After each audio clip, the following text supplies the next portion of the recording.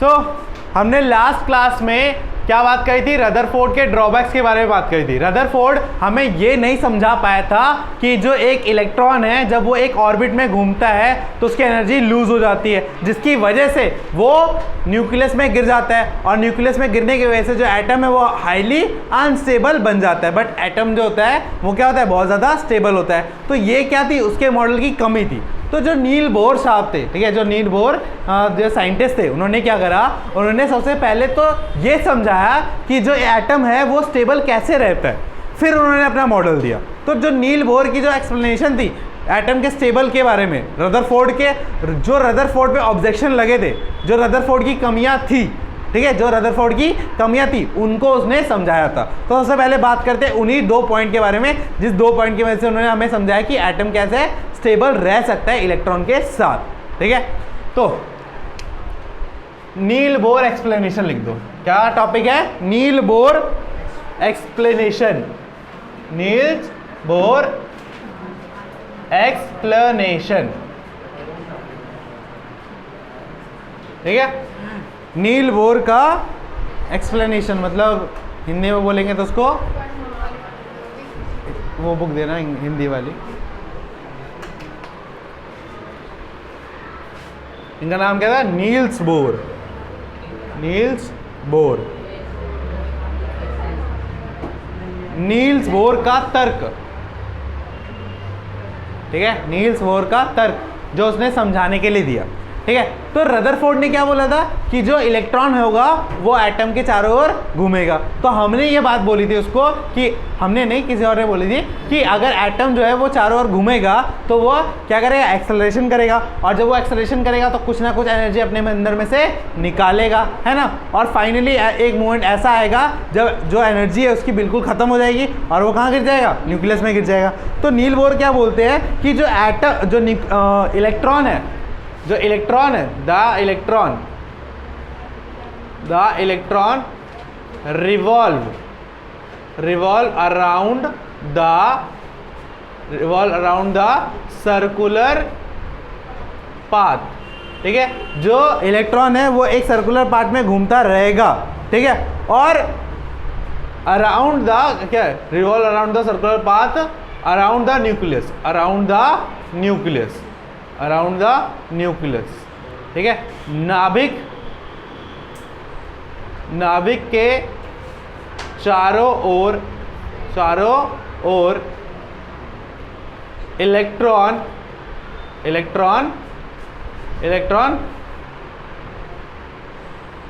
घूमता रहेगा, ठीक है। जो नाभिक होगा उसके चारों ओर इलेक्ट्रॉन घूमता रहेगा। बट इससे अभी भी बात वो साबित नहीं हुई कि कैसे वो अपनी एनर्जी नहीं खोएगा। तो नील्स साहब ने क्या बोला कि जो ये हमारा न्यूक्लियस है, कल बताया था ये हमारा न्यूक्लियस है, और नील बोर ने क्या बोला कि जो इलेक्ट्रॉन है वो एक फिक्स्ड पाथ में घूमेगा। क्या घूमेगा, एक फिक्स्ड ऑर्बिट में। जैसे ये इलेक्ट्रॉन है तो इसी ऑर्बिट में घूमेगा, किसी और ऊपर या नीचे नहीं करेगा, वो क्या करेगा, एक फिक्स्ड ऑर्बिट में घूमता रहेगा, ठीक है। क्या बोला, पहली बात उन्होंने कि जो इलेक्ट्रॉन है वो एक फिक्स्ड ऑर्बिट में घूमेगा, वो एक फिक्स्ड किस में घूमेगा, ऑर्बिट में, ठीक है, वर्टिकुलर मार्ग में घूमता रहेगा, ठीक है। ऑर्बिट को क्या बोला गया हिंदी में, इसको बोला गया है कि कक्षा, ठीक है। वो एक स्थिर, मतलब सिर्फ देखो जैसे ये इलेक्ट्रॉन है तो वो सिर्फ इसी वाले, ये वाला ना, इसी वाले कक्षा में घूमता रहेगा, ना तो इससे बाहर जाएगा ना तो इससे अंदर आएगा, ठीक है। तो यहाँ पे फर्स्ट पॉइंट में क्या बोला था कि क्या होगा, फिक्स्ड ऑर्बिट होगा। क्या होगा उसका, फिक्स्ड ऑर्बिट होगा, ठीक है। कक्षा क्या होगी, कक्षा निश्चित होगी। क्या होगी, कक्षा निश्चित होगी। अब अगर वो एक ही कक्षा में घूमता रहेगा, एक ही ऑर्बिट में घूमता रहेगा, तो वो इसकी वजह से क्या होगा, वो एनर्जी लूज नहीं करेगा, क्योंकि जैसे इस कक्षा की एक कोई एनर्जी लेवल होगा, ठीक है। हर कक्षा जो एटम के अंदर जितने भी ऑर्बिट हैं, जितनी भी कक्षाएं हैं, उन सब में क्या है, एक पर्टिकुलर एनर्जी लेवल है, ठीक है। हर किसी में क्या है, पर्टिकुलर, मतलब जैसे ये वाला है तो इसमें कोई पर्टिकुलर है, फिर ये वाला है तो इसमें कोई है, तो इसमें कुछ है, तो इसमें जितनी एनर्जी है ना उसी एनर्जी में वो इलेक्ट्रॉन घूमता रहेगा। इसकी वजह से क्या होगा, वो अपने अंदर से कोई भी जो एनर्जी है वो लूज नहीं करेगा, ठीक है, वो लूज नहीं कर पाएगा। बात समझ में आई? हाँ, जब तक देखो, जब तक एक ही जगह पे एक ही एनर्जी के अंदर घूम रहा है, ना तो ऊपर जा रहा है ना तो नीचे जा रहा है, तो वो कुछ और तो कर ही नहीं रहा, बस अपनी एक ही ऑर्बिट में एक ही एनर्जी के अंदर एक ही ऊर्जा के अंदर घूम रहा है, तो इसकी वजह से क्या वो अपनी एनर्जी लूज करेगा? नहीं करेगा, ठीक है। तो यही बात किसने समझाई? नील बोर साहब ने। तो सेकंड पॉइंट में उन्होंने क्या बोला कि जो when an electron is revolving in a particular orbit or particular energy level around the nucleus, the electron does not radiate, ठीक है, electron does not radiate, electron does not radiate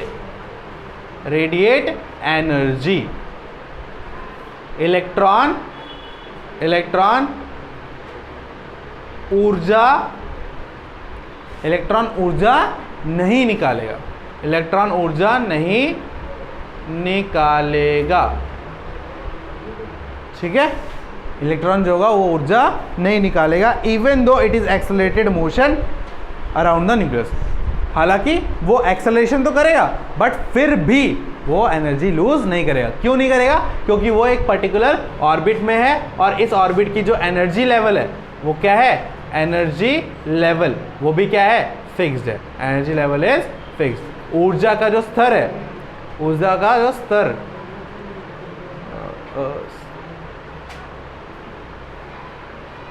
है, ठीक है, वो क्या रहेगा? बराबर, वो फिक्स रहेगा, निश्चित रहेगा, करेगा निश्चित रहेगा, ठीक है। आगे चल के उन्होंने इस ऑर्बिट के नाम भी दिए, जैसे KLM, आगे पढ़ेंगे उनके मॉडल में, ठीक है। तो इन दो बातों से उन्होंने समझाई। क्या बातें दो समझाई?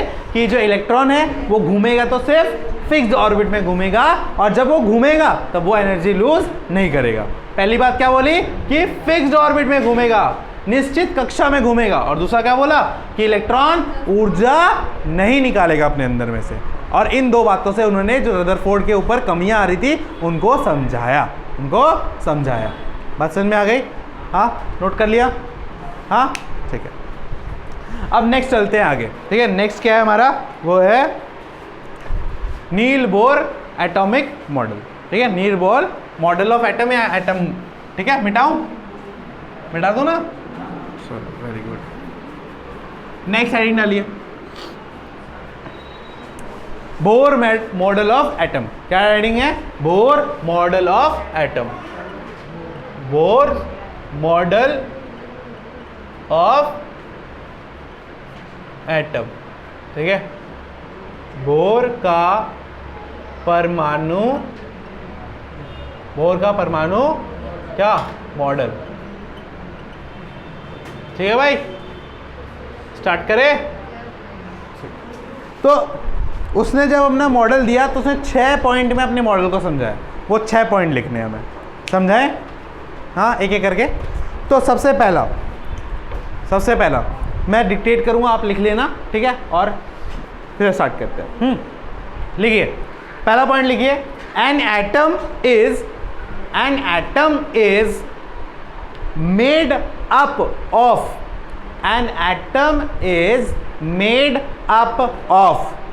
3 particles, electron, proton and neutron.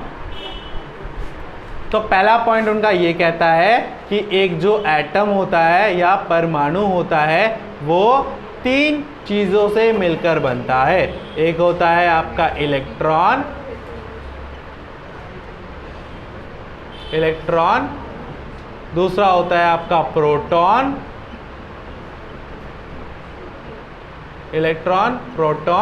और तीसरा होता है आपका न्यूट्रॉन, ठीक है। तो लिखिए, एक परमाणु 3 कणों से मिलकर बनता है। एक परमाणु 3 कणों से मिलकर बनता है। क्या क्या नाम है? इलेक्ट्रॉन, प्रोटॉन और न्यूट्रॉन, ठीक है भाई। पहला पॉइंट समझ में आ गया? इसको भी लिख सकते हो ऐसे भी, हाँ, शॉर्ट फॉर्म में, हाँ। और जैसा आपको पता है कि नंबर ऑफ प्रोटॉन किसके बराबर होगा? नंबर ऑफ इलेक्ट्रॉन के। नंबर ऑफ प्रोटॉन जो होगा वो बराबर होगा नंबर ऑफ इलेक्ट्रॉन के। और आपको ये भी पता है प्रोटॉन पे कौन सा चार्ज होता है, पॉजिटिव, इलेक्ट्रॉन पे कौन सा चार्ज होता है, नेगेटिव। ठीक है, प्रोटॉन धनात्मक होता है, इलेक्ट्रॉन ऋणात्मक होता है। ठीक है, जो प्रोटॉन की संख्या होगी, प्रोटॉन की संख्या वो बराबर होगी इलेक्ट्रॉन की संख्या के, इलेक्ट्रॉन की संख्या के। समझ में आ गई? हाँ, पॉजिटिव चार्ज नेगेटिव चार्ज समझ में आ गया, धनात्मक और ऋणात्मक। हाँ नहीं, ये पहला पॉइंट ही है, पहला पॉइंट ही है, अभी दूसरे पॉइंट पे गया कहूँ मैं। आया समझ में?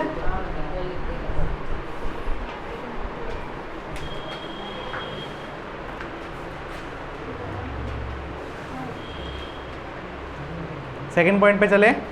हाँ लिखिए भाई, सेकंड पॉइंट लिखिए।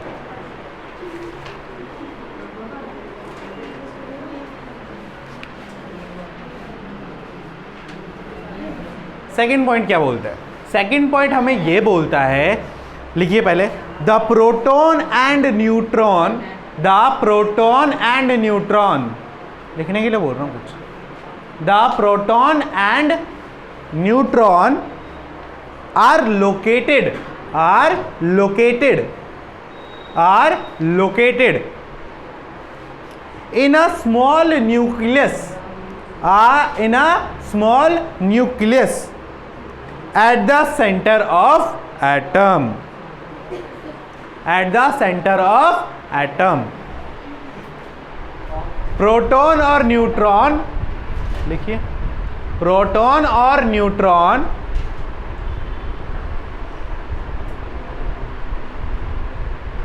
प्रोटॉन और न्यूट्रॉन परमाणु के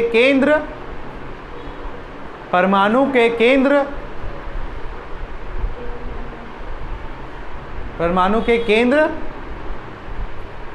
के नाभिक में रहते हैं, परमाणु केंद्र नाभिक में रहते हैं। ठीक है, समझ में आ गया? सेकंड पॉइंट क्या बोलता है कि जो हमारे प्रोटॉन होते हैं, कौन से प्रोटॉन होते हैं, और जो हमारे न्यूट्रॉन होते हैं, ये दोनों कहाँ मिलते हैं? ये हमें मिलते हैं न्यूक्लियस के अंदर। प्रोटॉन और न्यूट्रॉन, ठीक है, कहाँ मिलते हैं? नाभिक। कहाँ मिलते हैं? नाभिक के अंदर। ठीक है, बात समझ में आ गई? Second point clear? Second point. अब लिखिए थर्ड पॉइंट। ठीक है, थर्ड पॉइंट लिखिए। थर्ड पॉइंट क्या बोलता है? Electron revolve rapidly, electron revolve rapidly around the nucleus, around the nucleus. Electron revolve around the nucleus in a fixed circular path, in a fixed circular path, in a fixed circular path called energy levels, called energy levels, or shells, cells, SHELL, cells,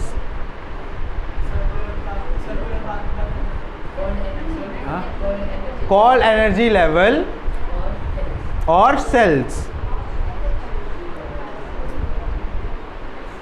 electron नाभिक के चारों ओर, electron नाभिक के चारों ओर, electron नाभिक के चारों ओर बहुत गति में एक निश्चित कक्षा में घूमते हैं। इलेक्ट्रॉन नाभिक के एक निश्चित कक्षा में, ठीक है, बहुत गति से घूमते हैं। वो भी लिख सकते हो, ये भी लिख सकते हो। ठीक है, हाँ तो फिर से बोलो। इलेक्ट्रॉन नाभिक के चारों ओर बहुत गति से एक निश्चित कक्षा में घूमते हैं, एक निश्चित कक्षा में घूमते हैं।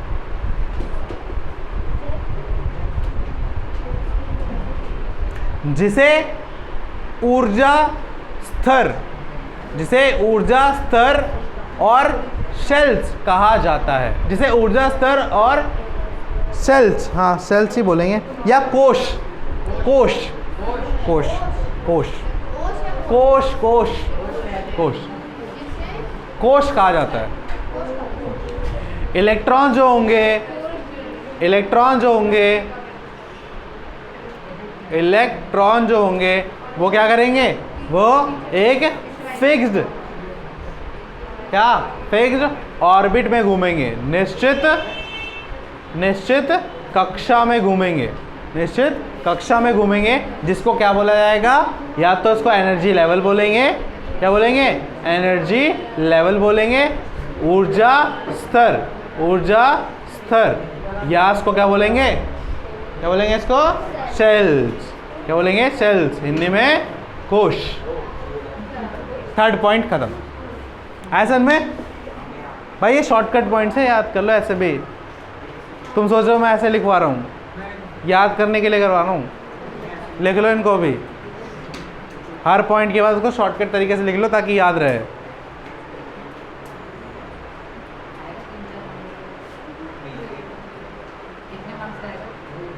कितने मार्क्स अभी आए तुझे, क्या है पढ़ने से मतलब रख, समझने से मतलब रख।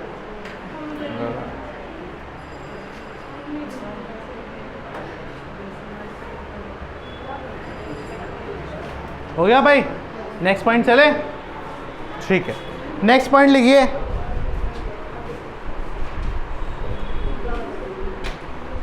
हाँ एक और चीज, इनमें जो ये फिक्स्ड ऑर्बिट्स होते हैं, इनका जो नाम होता है वो क्या होता है, के एल एम एन, ठीक है, ये इनके क्या होते हैं, नाम होते हैं। हाँ हाँ ओ पी भी लगा लो, O P Q R S T U V W X Y Z A B C D E F G H, जितना लगाने लगा लो। हाँ अब वो तो भाई उससे पूछना क्या है। कोश का मतलब कक्षा, वो जो गोल गोल दिखाए थे ना कक्षा, ये जो बना रखे ना, इन्हीं को कोश बोला जाता है। हाँ आया समझ में, लिख लिया, ये लिख लिया के बी। नेक्स्ट पॉइंट चले, लिखिए, there is a limit, there is a limit and you shouldn't have cross it, and you shouldn't cross it, ये नहीं लिखना है। अरे कर दिया,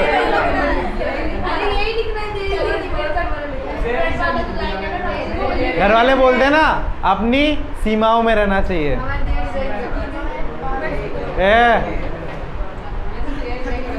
There is a limit to the number of electrons. There is a limit to number of electron which each energy level bracket में और shell can hold, which each energy level और shell can hold।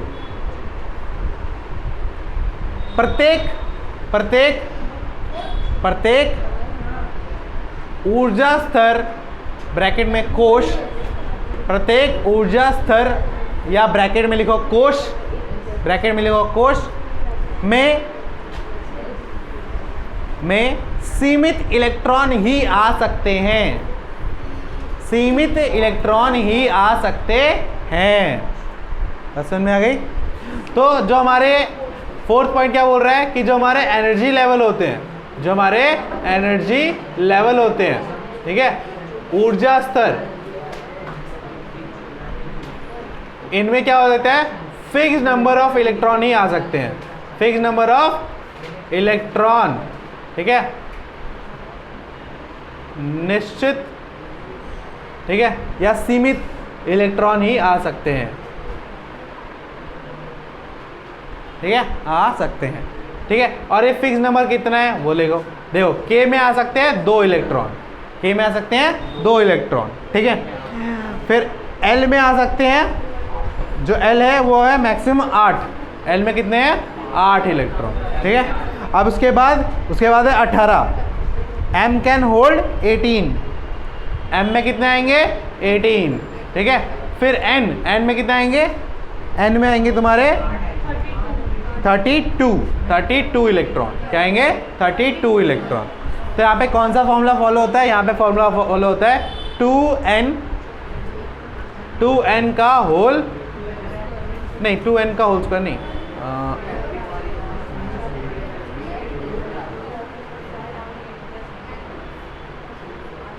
n+1, नहीं ये भी नहीं है, 2n+1 क्या है, 2n+1 का, ठीक है ये है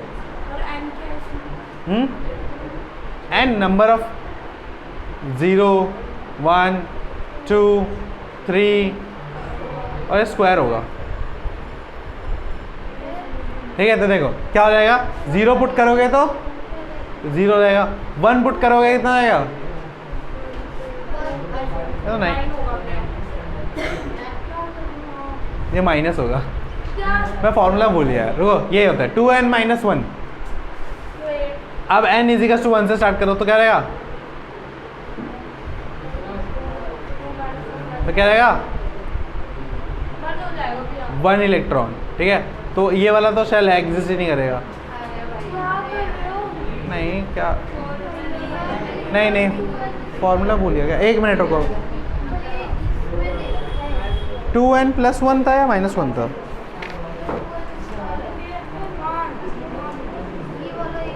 टू एन स्क्वायर, सॉरी तो वही भूल रहा था, हाँ 2n का स्क्वायर, ठीक है 2n का स्क्वायर। तो यहाँ पे n = 1 होगा, ठीक है। तो कितना रहेगा 2 × 1 का स्क्वायर, तो कितना आएगा 2 इलेक्ट्रॉन। फिर अगर n = 2 हो जाएगा तो n = 2 हो जाएगा तो 2 × 2 का स्क्वायर, तो कितना आएगा 8 इलेक्ट्रॉन। फिर n = 3 हो जाएगा तो 2 × 3 का स्क्वायर, तो कितना रहेगा 18 इलेक्ट्रॉन। फिर n = 4 हो जाएगा तो क्या रहेगा 2 × 4 का स्क्वायर, मतलब 32 इलेक्ट्रॉन। तो इस तरीके से ये फॉर्मूला आया, ठीक है। 2n का स्क्वायर ये फॉलो होता है, आगे चल के बताऊंगा कि ये भी फॉलो नहीं होता है। मैक्सिमम एक सेल में सिर्फ 8 ही हो सकते हैं, जब हम फिलिंग करेंगे ना तो उसमें 8 ही फिल कर सकते हैं हम। हाँ बहुत सारे हो सकते हैं, डिपेंडिंग अपॉन कितने इलेक्ट्रॉन है, ठीक है भाई। एक जो शेल होता है वो मैक्सिमम 8 ही इलेक्ट्रॉन होल्ड कर सकता है, उससे ज़्यादा नहीं कर सकता, ठीक है। तो ये आपने क्यों लिखवाया? ये इस फॉर्मूले के अकॉर्डिंग नील बोर ने बताया था।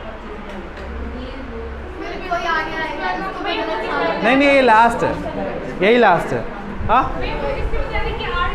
हाँ स्टेबिलिटी, जो स्टेबिलिटी होगी ना वो 8 से ही हो पाएगी, ठीक है। 8 से ज़्यादा होंगे तो आइटम स्टेबल नहीं रह पाएगा, ये भी एक्सपेरिमेंट किया गया था।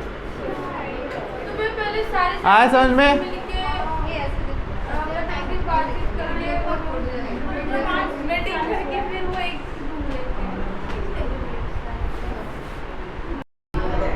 हाँ तो 4 पॉइंट क्लियर हो गए। नील बोर ने 4 पॉइंट क्या बोला है, पहले पॉइंट में उसने ये बोला कि एटम के अंदर 3 पार्टिकल होंगे, इलेक्ट्रॉन, प्रोटॉन और न्यूट्रॉन। सेकंड में बोला कि जो प्रोटॉन और न्यूट्रॉन होंगे वो न्यूक्लियस के अंदर होंगे। थर्ड में बोला कि जो इलेक्ट्रॉन होगा वो एक फिक्स्ड ऑर्बिट में घूमेगा जिसको शेल या एनर्जी लेवल कहा जाएगा, और उसका नाम क्या दिया, KLMNOP, ठीक है। फिर चौथे में क्या बोला कि हर एनर्जी लेवल में एक फिक्स नंबर ऑफ इलेक्ट्रॉन ही रह सकते हैं, और उसके लिए क्या दिया, K में 2, L में 8, M में 18, N में 32, और उसके लिए क्या फॉर्मूला था 2n का स्क्वायर। उस हिसाब से ये फिलिंग हुई है। तो यहाँ तक क्लियर है, मिटा दो बोर्ड, ठीक है। अब बस 2 और बचे हैं हमारे पास, जो है 4 और 5। चलो उसको भी यहीं पे हटा देता हूँ, उसमें ज़्यादा कुछ है नहीं। देखो क्या बोलता है फिफ्थ में क्या बोलता है कि each energy level is associated a fix amount of energy, कि जो हमारा जो एनर्जी लेवल है, जो हमारा एनर्जी लेवल है उसमें जो एनर्जी होगी वो क्या होगी, फिक्स होगी। जो एनर्जी लेवल होगी क्या होगी, उसमें एनर्जी फिक्स होगी, फिक्स एनर्जी होगी। क्या होगी इसके अंदर, फिक्स एनर्जी होगी, ठीक है। जो ऊर्जा स्तर होगा उसमें क्या होगा,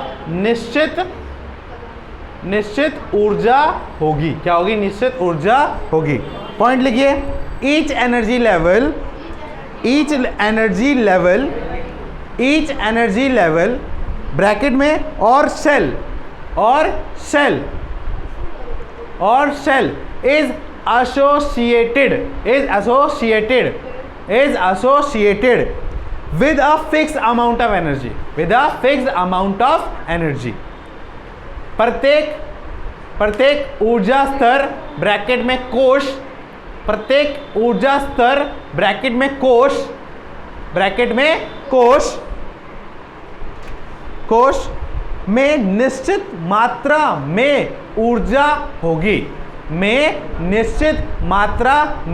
ऊर्जा होगी,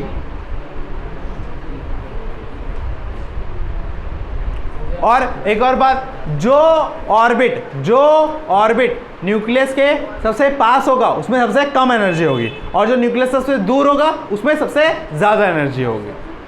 आई बात समझ में? पर ऐसा क्यों किया? हाँ, ऐसा क्यों? क्योंकि जो न्यूक्लियस है वो उसका डिस्टेंस जब बढ़ेगा ना तो उस पर उसकी जो एनर्जी, उसमें स्पीड बढ़ जाएगी ना इलेक्ट्रॉन की।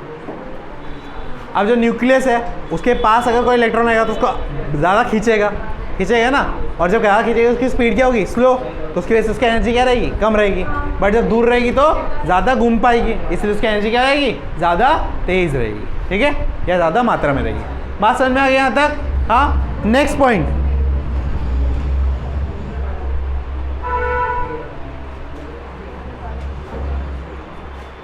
लिखिए next point, there is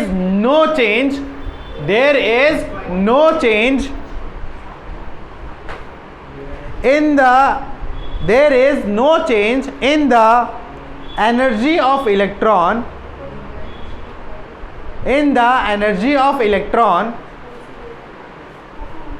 as long as they keep revolving in the same energy level. They keep revolving in the same energy level, and the atom remains stable.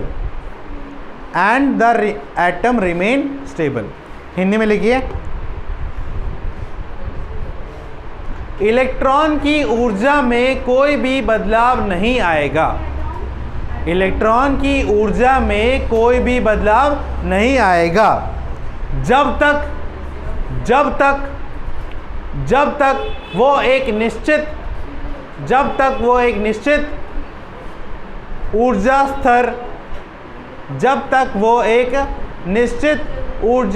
स्तर और कोश में घूमते रहेंगे, कोश में घूमते रहेंगे। हाँ, इलेक्ट्रॉन की ऊर्जा में कोई बदलाव नहीं आएगा जब तक वह एक निश्चित ऊर्जा स्तर या कोश में घूमता रहेगा, और परमाणु स्थायी रहेगा। नेक्स्ट पॉइंट इसी में लिखना है आगे, और परमाणु स्थायी रहेगा। ठीक है, तो क्या बोल रहे हैं कि इलेक्ट्रॉन जब तक अपने फिक्स्ड ऑर्बिट में घूमता रहेगा तो उसकी एनर्जी में कोई बदलाव नहीं आएगा। तो जो 6th पॉइंट है वो क्या बोलता है कि जो इलेक्ट्रॉन है जब तक वो फिक्स्ड ऑर्बिट में घूमेगा उसकी एनर्जी में कोई चेंज नहीं आएगा। ठीक है, उसके एनर्जी में कोई चेंज नहीं आएगा। ठीक है, ये मिटाऊं? हाँ, अब मुझे लास्ट में इसमें एक चीज़ दिखानी है कि इलेक्ट्रॉन जो ये बोर मॉडल के बाद एटम का स्ट्रक्चर आया है वो कैसा आया। इन सब बातों को हम एक एक करके उसमें डालते रहेंगे। ठीक है, देखो सबसे पहले हम स्टार्ट करते हैं न्यूक्लियस से। तो न्यूक्लियस के बारे में क्या बोला कि न्यूक्लियस के अंदर क्या होगा, हमारा पॉजिटिव चार्ज होगा, और न्यूट्रॉन में तो कोई चार्ज ही नहीं होता। तो प्रोटॉन और न्यूट्रॉन कहाँ होगा? न्यूक्लियस के अंदर। ये क्या है? न्यूक्लियस। क्या है ये? न्यूक्लियस। ये क्या है? नाभिक। क्या है? नाभिक। ठीक है, उसके बाद क्या बोला कि एटम 3 चीज़ों से बना है, इलेक्ट्रॉन, प्रोटॉन और न्यूट्रॉन। तो इलेक्ट्रॉन, प्रोटॉन और न्यूट्रॉन की बात तो हमने न्यूक्लियस में कर ली, अब इलेक्ट्रॉन बचा। अब उसने इलेक्ट्रॉन की बात थर्ड पॉइंट में करी। उसने क्या बोला कि इलेक्ट्रॉन जो होगा वो एक फिक्स्ड ऑर्बिट में क्या करेगा, न्यूक्लियस के चारों ओर चक्कर लगाएगा। ठीक है, चारों ओर चक्कर लगाएगा। तो इलेक्ट्रॉन यहाँ पे भी हो सकता है, इसमें 2 होंगे, पहले वाले में 2 होंगे, ये भी बोला था उसने। उसके बाद वाले में कितने होंगे, 1 2 3 4 5 6 7 8, ठीक है, इस तरीके से बोला था। उसके बाद वाले में 18, उसके वाले में 32, ठीक है। और फिर उसने नाम दिया था, इस वाले को क्या बोला था, L, इस वाले को क्या बोला था, सॉरी, इस वाले को बोला था K, फिर L, फिर इस वाले को क्या बोला M, फिर इस वाले को क्या बोला N, है ना। इस तरीके से हमने नाम दिए। हाँ, तो ये सारे क्या है, ये सारे क्या हैं, शेल्स। ये सारे क्या हैं, शेल्स, मतलब कोश। ये सारे क्या हैं, शेल्स या कोश। ये जो बीच में घूम रहे हैं ये क्या है, इलेक्ट्रॉन। क्या है, इलेक्ट्रॉन। क्या है, इलेक्ट्रॉन। और ये क्या है, ये एनर्जी लेवल है। ये क्या है, एनर्जी लेवल है, ऊर्जा स्तर है। क्या है, ऊर्जा स्तर है। क्या है, ऊर्जा स्तर है। ठीक है, ये न्यूक्लियस है जिसके अंदर प्रोटॉन और न्यूट्रॉन होता है। न्यूक्लियस के अंदर क्या होता है, प्रोटॉन और न्यूट्रॉन होता है। ये भी तो नहीं गलत होगा ना आगे जाके। क्या, नहीं, अभी तक तो यही है, अभी तक यही है। अब सब कुछ उसने प्रूव कर दिया ना, सारे एक्सपेरिमेंट करके कि एटम में यही होता है। नहीं, मैं इन साइंटिस्ट लोग पहले बैठ के ना मीटिंग कर लेते हैं। हाँ, तो एक टाइम पे थोड़ी ना थे, कोई पहले था कोई बाद में था। नहीं, एक साथ आ रहा हाँ, टाइम टेबल करवा दे। किसी एक चीज़ की खोज करना इतना आसान थोड़ी ना होता है। तो क्यों करता है? तुम्हें क्या लगता है कि जब न्यूटन के सर पे एप्पल गिरा था तभी उसको गुरुत्वाकर्षण का आइडिया आया होगा? उससे पहले से वो रिसर्च कर रहा होगा ना, वो पहले से बहुत रिसर्च कर रहा होगा। बट वो जो एप्पल गिरा उसके सर पे, वो उसने हिंट दिया, ठीक है, वो एक तरह से एग्जाम्पल बन के आया उसके सामने। बट मूर्ख लोग क्या बोलते हैं कि न्यूटन के ऊपर से एप्पल गिरा और उसने तब जाके किसी खोज करी। ये मूर्ख लोग जो काम चोरी से बचना चाहते हैं ना, वो इसकी ये इंटरप्रिटेशन निकालते हैं। ठीक है, तो आज की क्लास यहीं पे ख़त्म करते हैं। ठीक है, तो होप करता हूँ आपको, ओए भेड़ पकड़ी, इधर इधर, ठीक है, तो अब चुप हो जाओ। तो आज की क्लास में हमने नील बोर के नील बोर के मॉडल के बारे में बात करी, उसने स्टेबिलिटी के बारे में बात करी, और उसने जो 2 लिमिटेशन दी गई थी रदरफोर्ड मॉडल की, उनको भी उसने दूर करा। ठीक है, तो आई होप आपको ये क्लास समझ में आई होगी। ठीक है, तो आज की क्लास यहीं पे ख़त्म करते हैं।